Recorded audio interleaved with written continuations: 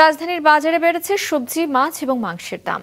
বাড়তি দামে স্থিতিশীল রয়েছে চালের বাজার, তবে অপরিবর্তিত আলু এবং পেঁয়াজের দর। রাজধানীর টাউন হল বাজারে সপ্তাহ দুয়ের ব্যবধানে বেড়েছে অধিকাংশ সবজির দাম। কেজি প্রতি 10 থেকে 30 টাকা বেড়ে বিক্রি হচ্ছে 60 থেকে 80 টাকায়। কিছু সবজি 100 টাকার বেশি দরে বিক্রি হতে দেখা গেছে এই বাজারে। সরবরাহ সংকটে এমন মূল্য বৃদ্ধি বলে দাবি বিক্রেতাদের। সবসময় এই সময় দামটা বেশি থাকে সবজি, ঠিক আছে।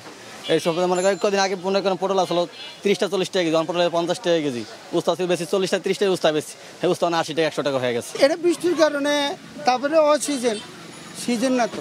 যারা উৎপাদন এবং যারা বিতরণকারী তাদের মধ্যে অনেক ডিফারেন্স।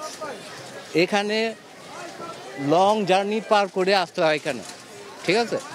এর মধ্যে যে ম্যানিপুলেশনগুলো হয়, মাঝখানে যে লাইনটা আছে, এই লাইনটাকে ব্রোকেন হার্ট করতে হবে। বেড়েছে মাছ মাংসের দামও। সপ্তাহের ব্যবধানে ব্রয়লার আর সোনালী মুরগির দর বেড়েছে 10 থেকে 20 টাকা। বেশি বেড়েছে ব্রয়লার মুরগির দাম।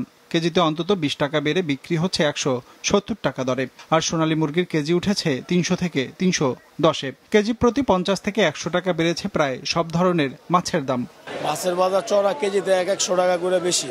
সবাই কেনাকাটা একটু বাজার করে, সাপ্তাহিক বাজার যারা করে সব জায়গায় চাপ থাকে, এজন্য বাড়তি। মাছের বাজারটা একটু বেশি মনে হয়েছে আমার কাছে। সবকিছু তরকারিটাও অনেক বেশি মনে হলো, কারণ একটা লাউ কিনলাম সেটা 100 টাকা, এটা তো চিন্তাই করা যায় না। সামনের সপ্তাহে ভেবেছিলাম 270 টাকা 80 টাকা, এই সপ্তাহে 290-300 এমন যাইতেছে আর কি। আর ব্রয়লারটা 150 ছিল, 20 টাকা বাড়ছে। ওইখানে নাকি বলে আমদামি নাই, আমদামি কম, সেজন্য এদিকে দাম বাড়তি বলছে। কোরবানির ঈদের পর হঠাৎই বাড়তে শুরু করে চালের দর। সেই ধারা অব্যাহত ছিল সপ্তাহ দুয়েক।